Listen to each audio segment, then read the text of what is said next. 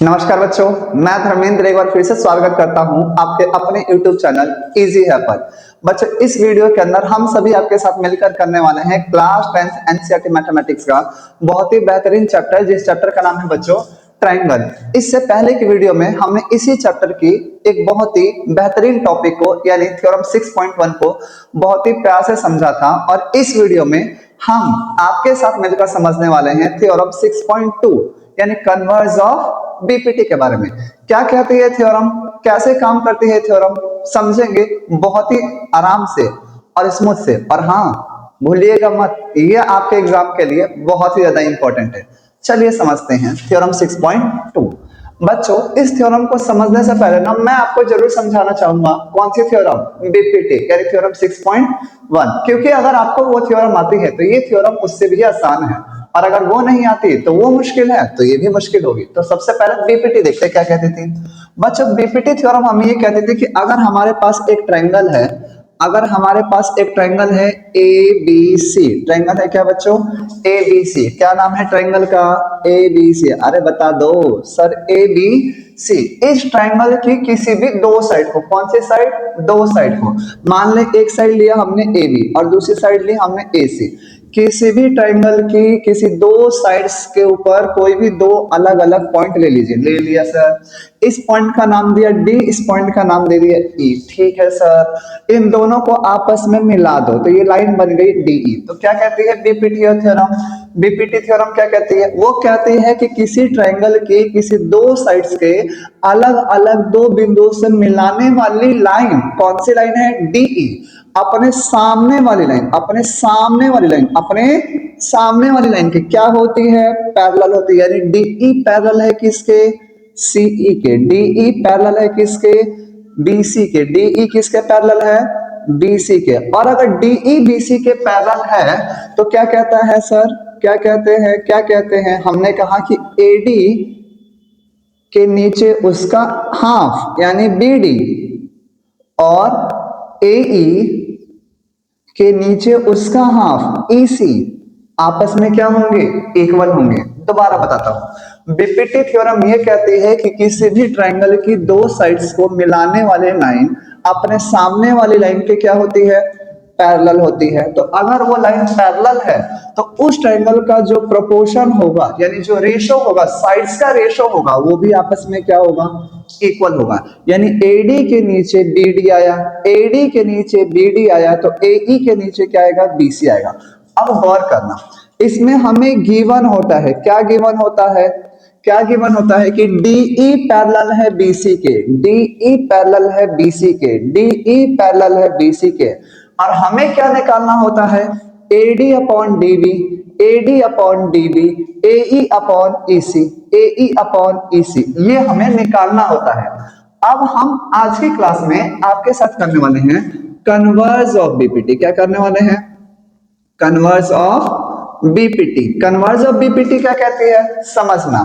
ये थ्योरम कहती है इसका कन्वर्स यानी इसका उल्टा। कैसे सर, ये कहती है कि यदि इफ, यदि किसी ट्रायंगल की, इफ एंड ट्रायंगल, कोई सा भी ट्रायंगल ले लो, हमने यही ट्रायंगल लिया, यदि इस ट्रायंगल की साइड्स का रेशो यानी एडी अपॉन में बीडी, एडी अपॉन में बीडी, एडी अपॉन बीडी बराबर है किसके, एई upon EC, AE upon EC, AE upon EC.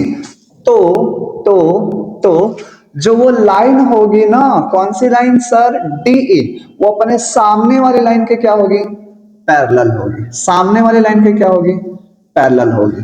तो क्या आपको डिफरेंस दिखाई दे रहा है। सबसे बड़ी दिक्कत ये आती है कि हमें ये समझ में नहीं आता कि कब हमें बीपीटी थ्योरम अप्लाई करनी है और कब हमें कन्वर्ज ऑफ बीपीटी थ्योरम। तो मैं आपको समझा रहा हूं कि कब बीपीटी अप्लाई होगी और कब कन्वर्ज ऑफ बीपीटी अप्लाई होगी। आ जाओ देखो तो जरा एक बार बोर्ड पर, जब भी पेपर में आपको पैरेलल गिवन होगा, क्या गिवन होगा, पैरेलल, क्या गिवन होगा, पैरेलल, और रेशो प्रूफ करना होगा, क्या प्रूफ करना होगा, रेशो, तो वहां पर लगेगी बीपीटी। क्या लगेगी, बीपीटी। और जब भी पेपर में आपको रेशो गिवन होगा, क्या गिवन होगा, रेशो, और क्या प्रूफ करना होगा, पैरेलल प्रूफ करना होगा, तो क्या लगेगी, कन्वर्ज बीपीटी। दोबारा बोलता हूं, जब भी पेपर में पैरेलल गिवन होगा और क्या प्रूफ करना होगा, रेशो, तो लगाओगे बीपीटी।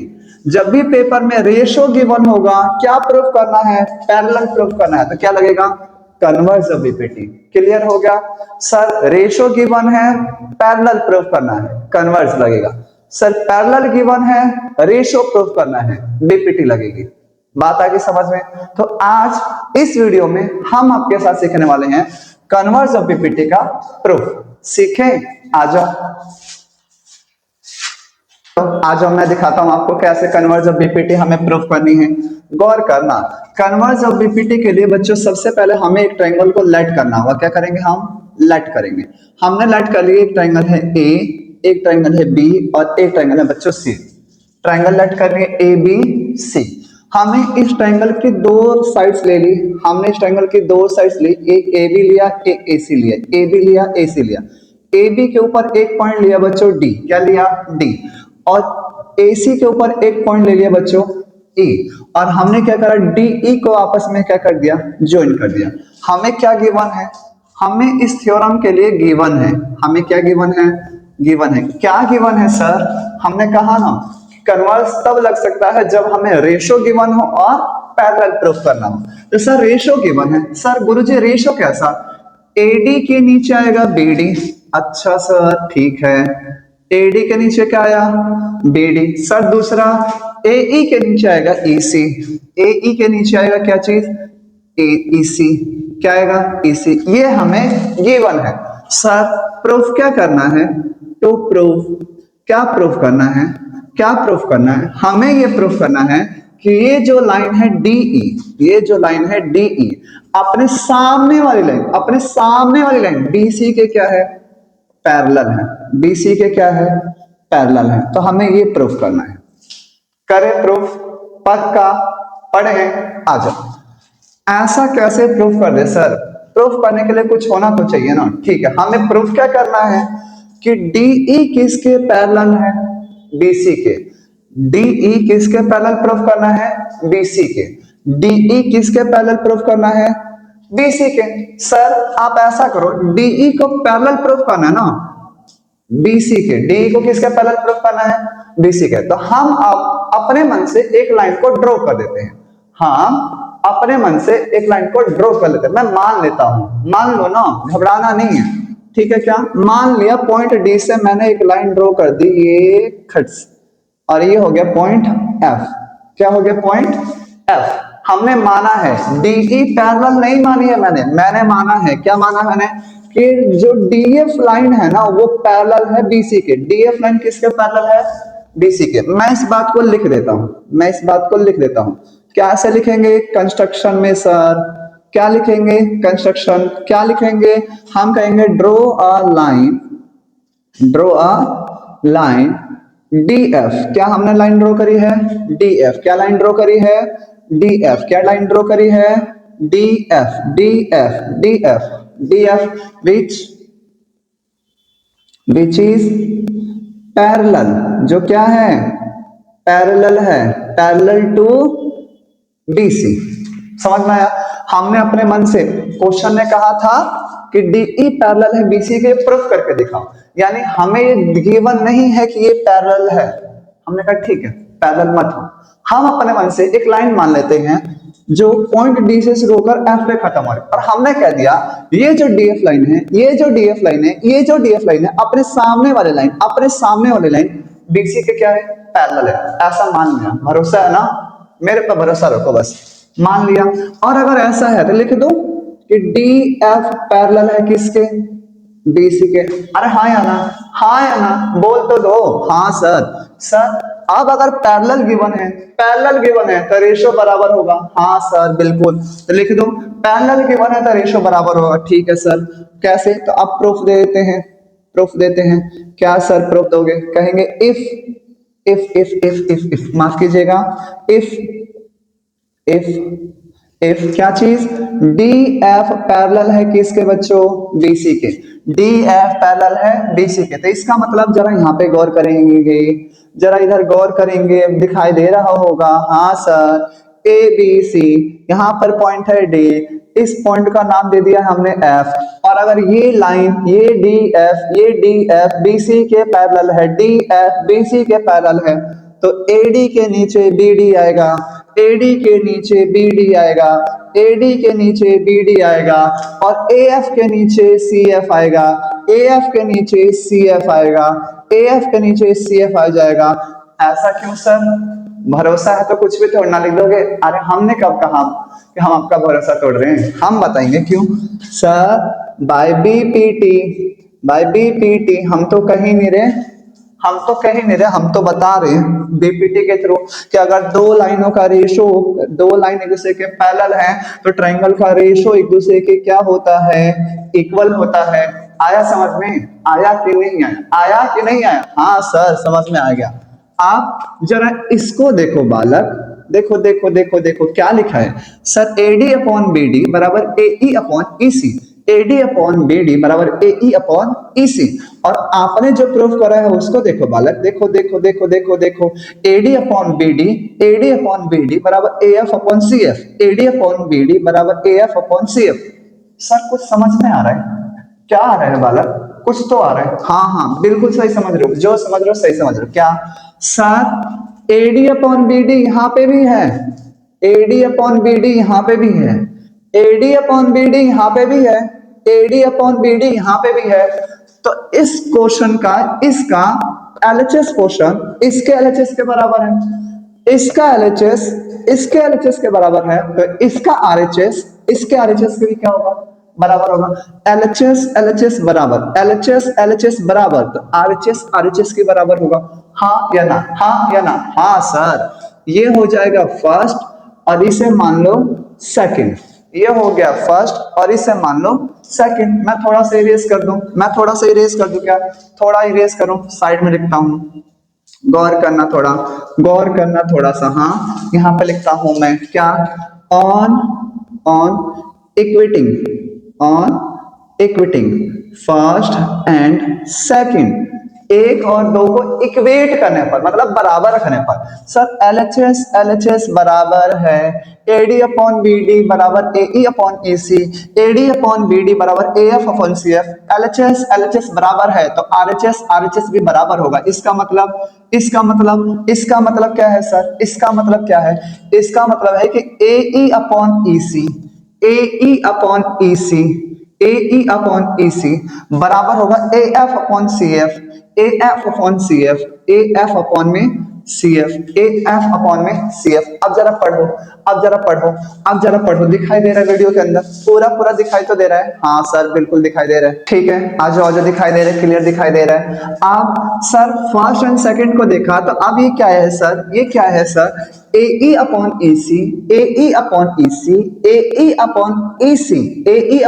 ईसी बराबर है AF upon FC, AF upon में एफसी। इसका मतलब क्या है सर? कुछ तो समझ में ही नहीं आ रहा। अरे हम बता रहे हैं क्या लिखा हुआ है, एई अपॉन ईसी, यानी ए से लेकर ए तक का हाफ बराबर है बच्चों ई से लेकर सी तक का। ठीक है गुरुजी। आगे एएफ अपॉन में सीएफ। अच्छा सर कुछ समझ में ही नहीं आ रहा है, हम समझाते हैं, हम है ना, आ जाओ। ऐसा करो थोड़ा सा समझने के लिए ना, इधर भी एक जोड़ दो उधर भी एक जोड़ दो, जोड़ देना, कोई दिक्कत तो थोड़ा ना होती है। लिख दें adding 1 on both side, both side क्या कर देते हैं? ऐड कर देते हैं हम। इसे हटा दो। ठीक है सर हटा दिया। लो अब क्या होगा बच्चों, 1 इधर भी जोड़ा है एई अपॉन में ईसी, और 1 इधर भी जोड़ देते हैं एएफ अपॉन में क्या आ गया? सीएफ। एलसीएम लेंगे तो सर ये हो जाएगा ईसी प्लस में एई और अपॉन में क्या आ जाएगा सर? ईसी बराबर, इसके नीचे इसको करेंगे तो सीएफ प्लस में एएफ और नीचे क्या आ जाएगा बच्चों? सीएफ। कोई दिक्कत? पढ़ो सर ईसी प्लस में एई, ईसी प्लस में एई सर, ईसी प्लस में एई बराबर एसी और अपॉन में ईसी बराबर CF upon F, CF plus AF क्या होगा sir? AC, C F plus A F क्या होगा, ए सी, और ये क्या आ जाएगा, सी एफ। सी एफ दिखाई दे रहा है वीडियो में दिखाई दे रहा प्रॉपर। ओहो हो कट गया सर, थोड़ा सा बच्चों गौर करेंगे। परफेक्ट, ओके है क्या बच्चों, परफेक्ट दिखाई दे रहा है, ओके ओके ओके है sir. A C upon A C equal to A C upon में सी एफ, ओके है ना। आज आगे देखो, थोड़ा सा आगे देखो। अब सर यहाँ पे हमें समझ में आ रहा है ए सी बराबर ए सी, ठीक है सर, इससे ये तो कट जाएगा, लेकिन ये क्या है, ए सी, ये क्या है, सी एफ, ये क्या है, ए सी, ये क्या है, सी एफ, इससे ये क्या हो गया, कट गया। तो इसका मतलब क्या है बच्चों, AC बराबर है किसके, CF के। AC बराबर है किसके बच्चों, CF के। EC किसके बराबर है, CF के। ग्राफ में गौर करो, EC कहाँ है सर, EC, अच्छा सर जरा एक बार ग्राफ बना के दिखाओ दोबारा। ये लाइन है, ये C है, ये E है, तो EC बराबर है किसके, CF के। सर CF तो इतनी सी बड़ी लाइन है और ये इतनी सी लाइन है, देखने में तो बराबर ही नहीं लग रहा। आप बराबर कैसे कह रहे हो, तो ऐसा सिर्फ तभी पॉसिबल है, ऐसा सिर्फ तभी पॉसिबल है जो कि ये F अलग नहीं है, वो F अगर E पे ही लाई करे तभी बराबर हो सकता है। यानी हमने गलत माना था, यानी मैंने गलत माना था, तोड़ दिया ना मैंने भरोसा, इसलिए मत करा करो मेरे ऊपर। समझ में आया क्या, क्या है, आपने कहा था कि सर DE को पैरेलल करना है किसके ऊपर, BC के। DE को पैरेलल करना है किससे, BC के। हमने क्या कहा था, D पैरेलल नहीं है, हमने कहा था DF पैरेलल है, उसको सॉल्व करा तो EC और CF बराबर आ गया। तो इसका मतलब वो F पॉइंट कहीं और नहीं है, F और E अलग अलग नहीं है, ये दोनों एक ही हैं, यानी F अलग है ही नहीं, वो ही E के ऊपर लाई कर रहा है। समझ में आया कि नहीं आया, मैं बताता हूं मैं क्या कह रहा हूं। तो हम यहाँ पे लिखेंगे it is possible, it's possible when only when point E and F are coincide, कि जब पॉइंट E और F क्या करेंगे बच्चों, कोइंसाइड करेंगे, तभी ऐसा पॉसिबल है। और अगर ऐसा है तो इट इंप्लाइज क्या क्या क्या, EC अपॉन CF, तो इसका मतलब EC और CF क्या हो गए, बराबर हो गए, EC और CF क्या हो गए, बराबर हो गए। तो हम कह सकते हैं कि वो जो लाइन थी, जो DF था, वो किसके पैरेलल था, DF पैरेलल था किसके, BC के। DF पैरेलल किसके था, BC के। DF पैरेलल किसके था, BC के। तो अब हम कह सकते हैं कि DE पैरेलल है किसके, BC के। DE पैरेलल है किसके, BC के। DE पैरेलल है किसके, BC के। सही है क्या, बताओ कैसे कह दिया, क्योंकि ये लाइन अलग अलग नहीं है, ये लाइन अब अलग अलग नहीं है, यहाँ से हट गया, अब ये कहाँ पे आ गया है, यहाँ पे आ गया है। तो चाहे अब इसे DE कह दो, चाहे इसे DF कह दो, दोनों का मतलब क्या हो गया, सेम हो गया है सर। दोनों का मतलब क्या हो गया है बालक, सेम हो गया है। तो चाहे DF पैरेलल टू BC कह दो या DE पैरेलल टू BC कह दो, ऐसा इसलिए कि पॉइंट E और पॉइंट F दोनों अलग अलग नहीं, दोनों एक ही पॉइंट है, दोनों एक ही पॉइंट है, इसीलिए हमने ऐसा कह दिया। बात आ रहा है क्या समझ में सर, हाँ सर बात बिल्कुल समझ में आ गया, ओके है क्या। यही होती है हमारी कन्वर्स ऑफ BPT थ्योरम बच्चों। मैं उम्मीद करता हूं कि आपको बहुत ही प्यार से समझ में आया होगा, बिल्कुल आराम से समझ गए होंगे। हमने जो बातें बताई हैं, जिन कंसेप्ट्स को हमने बताया है, बहुत ही बारीकी से समझे होंगे। चलेंगे, मिलेंगे फिर आपसे एक नए कंसेप्ट के साथ, और बहुत ही अच्छे कंसेप्ट मैं लेकर आऊंगा आपके लिए। जुड़े रहिए तब तक हमारे साथ, हमारे अपने चैनल इजी है पर। Tata bye bye, take care, thank you बच्चों।